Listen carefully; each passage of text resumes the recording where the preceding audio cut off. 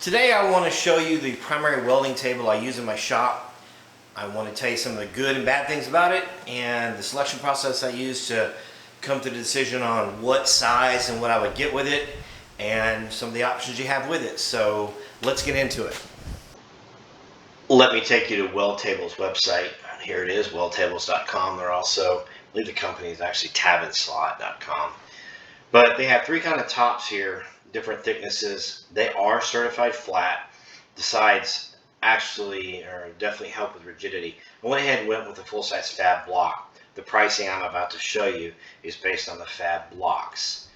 The other things you're going to want for the legs with casters, you can make your own, of course, but if you get it from them, they're called the fab rack. That's going to be their legs, and it's based on what size you need. So for example, for me, here's mine, 48 by 48 fab rack, but this is without casters. So actually, let me jump here one second. 48 by 48 with casters right there, $313.99. Okay, and then the other thing I have is the wing, which is a 48 by 12. It can be used, as shown here in this image, to pop up as a square. It does sit at exactly 90 degrees, so you can use it to square any project you're going to weld or build as well. So their website is pretty easy to navigate. Their shipping was pretty reasonable and got to me within just a few days, and it's been a while since I ordered it. I don't think they're having any product delays, even with everybody else having so many problems right now. So I think it'll be fine if you order one from there. Now let me show you some of the prices. And the way that I did this, I am a bit of a dork, but I do like spreadsheets. So I tried to figure out what would work best for me in my shop size-wise. I wanted the biggest I could get. Anybody doing fabrication or repair work, you always want the biggest work surface you can get, but at the same time, I needed to be reasonable in price. What I did was put together a spreadsheet and put down all the sizes, as you see here, and then within the size I figured out what the square inch size of the table is, put in the cost and figured out what price per square inch to use that as kind of a metric to maybe help me decide what would work. For example, a 2 foot by 3 foot I didn't really think would do very well for me. It's just not a lot of room, but of course a 4 foot by 8 foot is probably too big for where I want it, so I need to figure out what would be there. Interestingly enough, when you get in here and start looking around and do the actual calculations, when you get to a 4 foot by 4 foot, you jump up quite a bit in square footage. It goes well over 2,000, square inch, but it goes well over 2,000 square inches in here. Additionally, the price per square inch on the 48 by 48 is almost the cheapest thing here, with the exception of the wing itself. So what I decided to do was, what if I get a 48 by 48 block, add a wing to it? I could use the wing to square with, but I can use that primarily as a tabletop. That would give me a 4 foot by 5 foot section, almost 3,000 square inches for under $2,000. If you look here, it's the second cheapest cost per square inch of everything. So I think overall in my situation, it worked out to be the best cost for the whole thing. Once you get over 4 foot by 4 foot, your prices, you're in the anywhere from $500 to $1,500 range here, but you jump over 2,000, almost to 3,000, and well over 3,000 at that point. So for me, going to 48 by 48 was kind of a good mid-range. It worked out to be the best price situation for me, and I think overall for about $2,000 plus the legs, I got the most bang for my buck.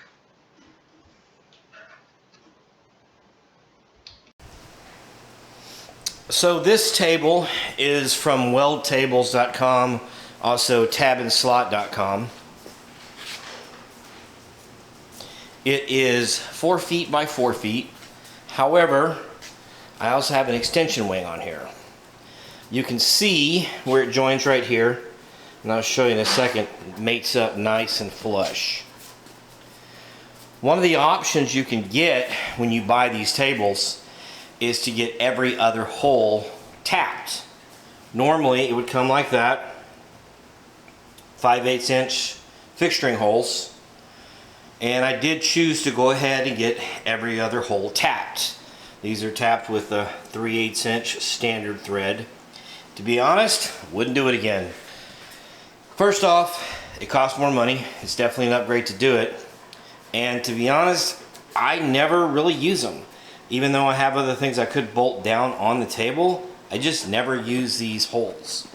Additionally, I've had a couple little bits of slag pop off into the hole on a couple of these. I believe there's one right here that because of that, and yes, I have a nosy snoot right here, don't I?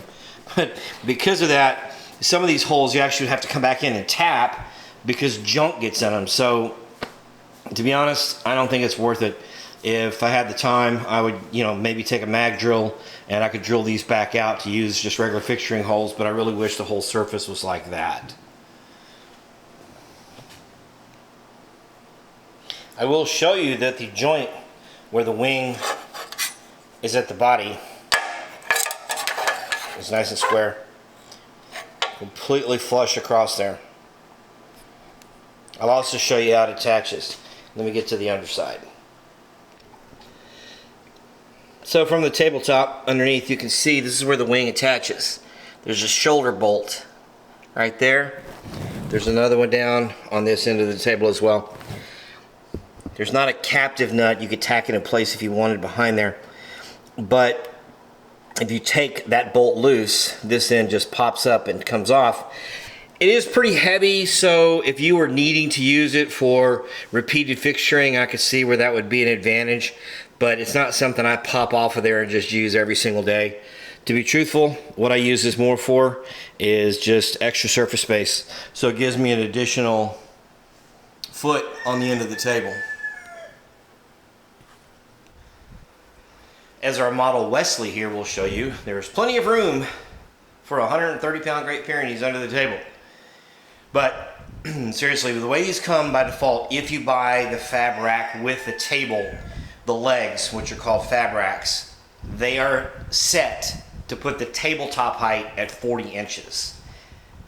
This one, you can order it with or without the casters. I did order with casters. I'm not a tall guy. I don't like 37, 38 inch tall workbenches. I had this one set to 32 inches. They will cut the legs to whatever length you want so that your overall tabletop height is whatever you want. I had it set at 32 and didn't charge me anything extra. So that's one of the nice features that they have. On their website, there are a lot of videos on how to assemble. I strongly encourage you to watch those videos to teach you how to assemble it. One of the things about the underside is that it needs to fit perfectly into the tabletop to make sure that it's perfectly flat. If you had a small one, 2x2, it's not too big, but once you start getting into anything around 4 feet, you have enough room that it could warp. They do sell hardware to clamp it down. You build it upside down and then turn it over. I just got myself some 8-inch long, 1/2-inch carriage bolts and used some steel plate, drilled a few holes in it, and bolted it down, made sure it was nice and snug, and then welded the whole thing out. I will also tell you, this size table, again, the main table is 48 by 48. I did it by myself. I would not recommend doing that. I did have another table to put this on that could support the weight. If you have to build it on the floor, it'd be a pain in the butt. But I used an engine hoist to wind up lifting it and flipping it over once I got it set. The legs themselves are also built to be welded together. However, the legs are bolted to the bottom of the table. So you could take it off and reconfigure this some way if you needed to. So, advantages to the table, it's nice and solid, doesn't move. Even with the casters unlocked, it takes a little bit of force to get this thing rolling, so I hardly ever lock the wheels in place. I use it all the time and just kind of bump up against it and it barely moves. So as far as that, it is a solid surface. I have built several things on here that I wanted flat, firewood racks, doors, things like that, that I needed perfectly flat, and this thing is 100% flat. It builds, or excuse me, it assists you in building anything that you do pretty well. Let me show you a couple things on the fixtures themselves.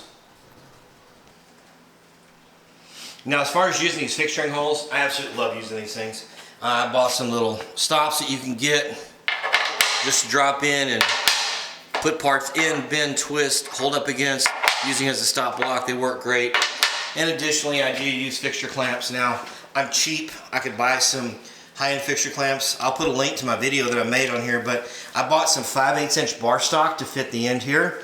These are $5 Harbor Freight clamps, and made my own fixturing clamps for about $5 a pop. Most fixturing clamps will run you anywhere from $20 to $40 a piece. And again, I'm basically cheap because these things tend to get welded on and destroyed anyway.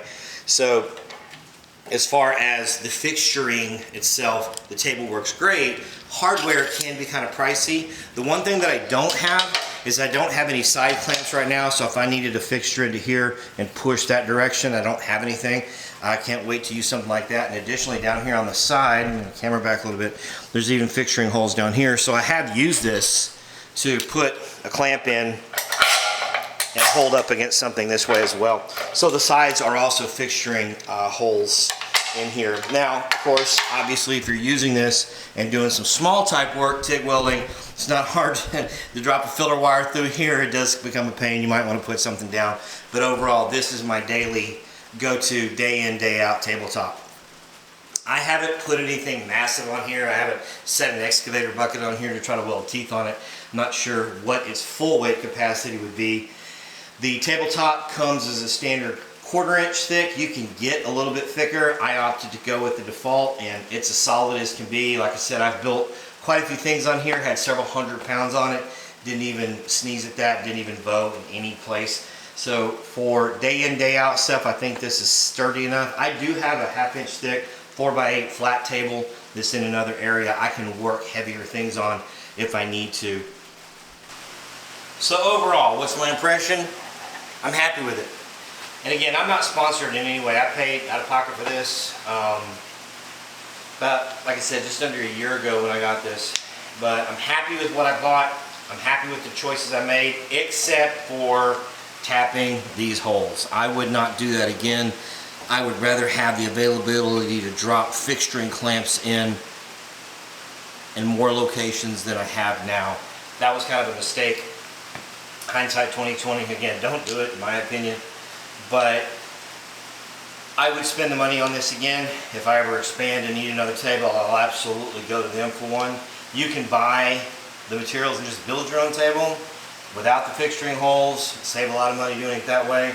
There are a lot of other tables out there. Some of them are already pre-made, and in fact, with the sides and everything on it, for a lot more money. To me, this kind of in the middle on what you're going to spend versus the value you get for it. So I think dollar for dollar overall, it's a great table, and I'm happy that I bought it. If you have any questions about the table or anything, please feel free to leave me a comment below. If you like what you've seen, I'd love a like. I'd absolutely love you guys to subscribe to my channel. I'm trying to crank out more content on tools and items and maybe things that can just help you day to day in some of your building and construction techniques. So thanks for stopping by, and have a great day.